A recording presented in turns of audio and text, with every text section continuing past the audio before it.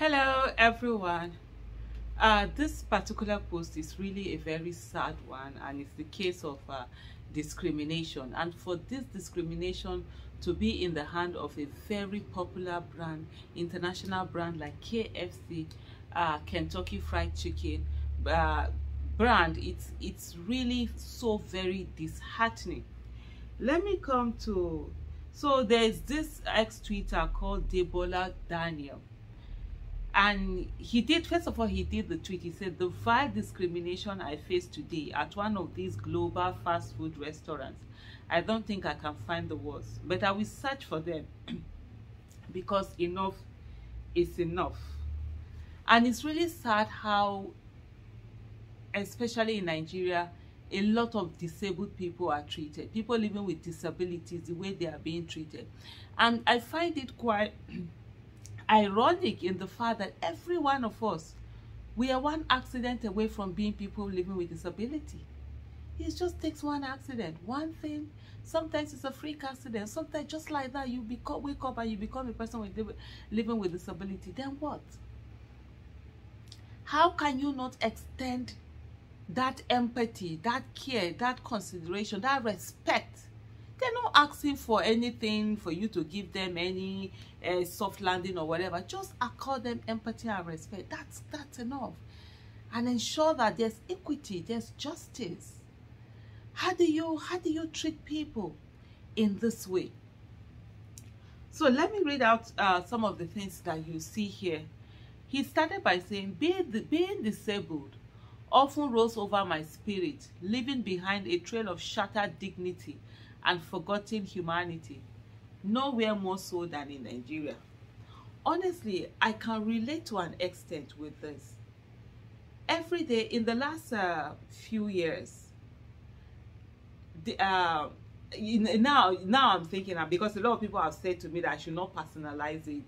You know, when I talk about my arthritis, I know I should not say my arthritis, but the arthritis. Not like I should not make it part of me. But it's sometimes difficult because this is something that I've lived for almost over 30 years, for almost like 33 years that I knew that I have it. So I had it before then. When I was around 17 years was when I was diagnosed with juvenile arthritis. So I've managed it all my years. I've lived in pain all my years. All these years. And it was even during NSAS, you know, when I was going to hospital, and they finally gave me cocoa damo, and for the first time in over 30 years I was without pain. I was like, wow, is this how other people live? And so over the years, as my legs have, you know, more and more giving me more problems, there are many times that the same thing to do is to actually use a wheelchair. I'm like, oh my goodness. And anytime I see, especially when I'm traveling, I see the indignity afforded to people living with disability, especially when you're using the wheelchair and all of that. It just breaks my spirit. So I just can feel, I've not even experienced it, but just having it, you know, it just weighs down on me. And I'll give a quick example. I just came into the country a few days ago, passing through Doha using Qatar Airways. And when we got to Doha, the plane that we used, they brought in steps that took us down. And there were some people, of course, who had wheelchair who had to be helped. When we came down, and I saw on the other side of, you know, exit are always on this side and this side. On the other side, they brought in some special this thing to attach it to it instead of the stairs that we use, ladder that we use. And they brought them out like, wow, if it was Nigeria, this was, you won't see something like that. At least dignifying the people. What you have in Nigeria, they will carry you. I've seen situations where they carried people that are on wheelchairs. Some hefty men will just lift you up. I'm like, gosh, why do I have to go through this? And so for someone who is on wheelchair and having to witness this, you can imagine the pain that comes with it. And he says, I've never been the type of person to make a fuss or complain about my disability. My approach has always been laissez-faire. Ultimately, it is what it is. It is part of my identity, and like everywhere else, I have my days of self-doubt and confusion as to how, if I fit into the society. To be disabled in Nigeria is to be undesirable, unwelcome, and unaccepted. And I've said before, it's a lonely, scary, and isolated place. You could just feel the pain that is coming out of Debola Daniel as he's tweeting this. And then he says, never has this been more true than it has ever been today, where I face the worst sort of public humiliation that I've ever experienced. To think that this happened at the international brand KFC at KFC Nigeria, at an international airport, Murtala Mohammed Airport, Lagos, is unthinkable. I arrived at the airport as normal for my Virgin Atlantic flight to London. I'm a frequent flyer, and I'm extremely familiar with all due processes at the Murtala Mohammed Airport. Years ago, after all security and immigration formalities have been completed, I would normally go to the Oasis lounge to wait for my flight. For the past 3 years, the lift to the lounge has been out of service. So you see how Nigeria affects every one of us. Can you imagine? 3 years, lift to a lounge. And that's a lounge that people who have connection, who have all of that use. Yet they can't even give themselves good governance. They deny all of it. That's why I keep saying that in Nigeria, we are all poor people, extremely poor people.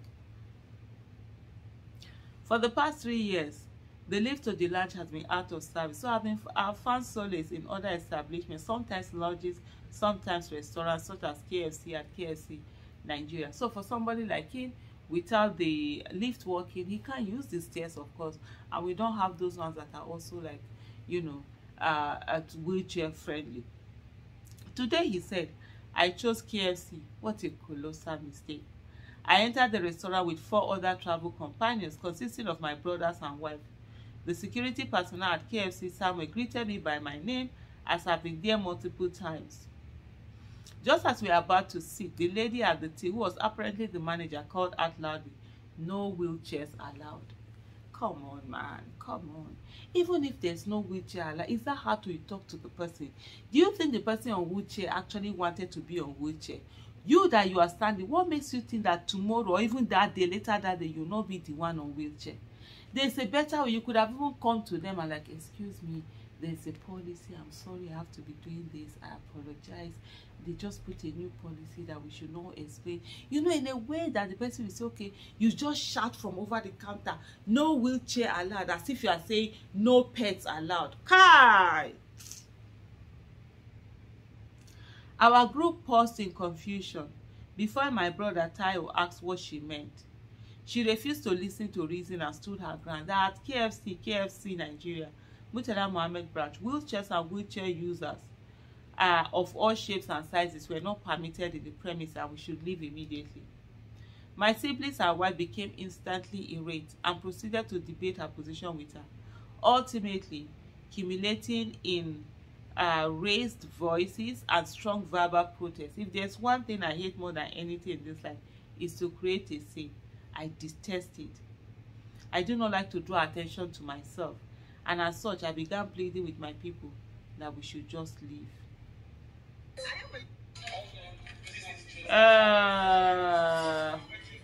I'll just allow you watch that part.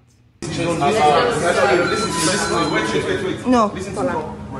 The difference between airport wheelchair and his personal wheelchair is that this is how he gets around in life. He doesn't have a choice. So if you are bringing a policy now, and if you are the person that's telling me, wait, Hello, please drop your phone. Why? Why are you snapping me? I'm not snapping you. I'm recording what you're saying. So what are you recording? Hello, listen to me. You said it now. Please don't shout at me. And don't just speak. And tell her not to record me. Why would she be recording me? When I'm like, you could, hello, please hold on. Hello, please. Record it. Record it. I am a... Hold on. This is... Let me continue. He said, my wife took some video footage and my brother took some pictures.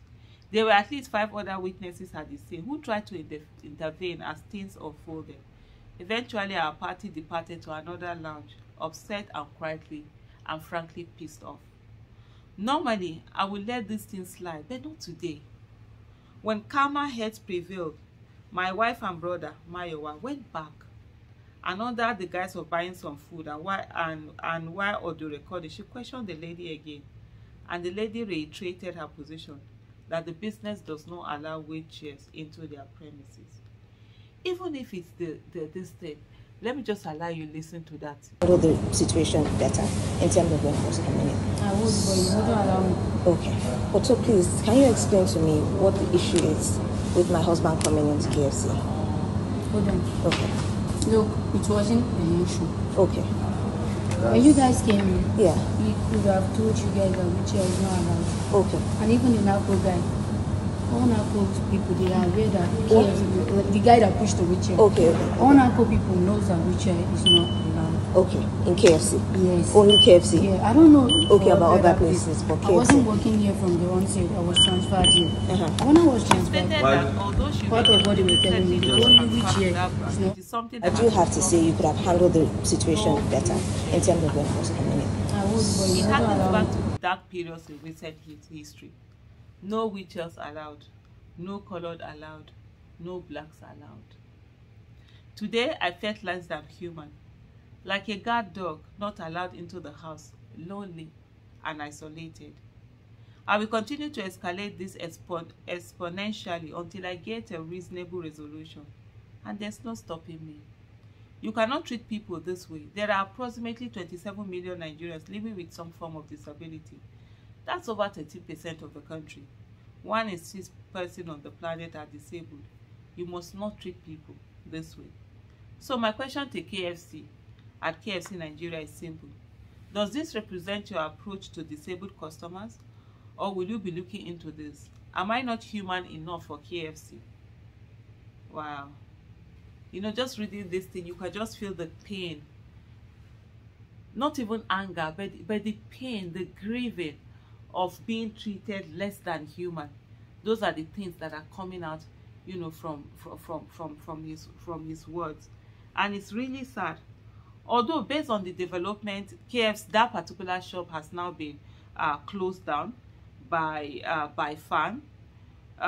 It's really sad, and of course a lot of this particular person is the son of a former governor and a senator.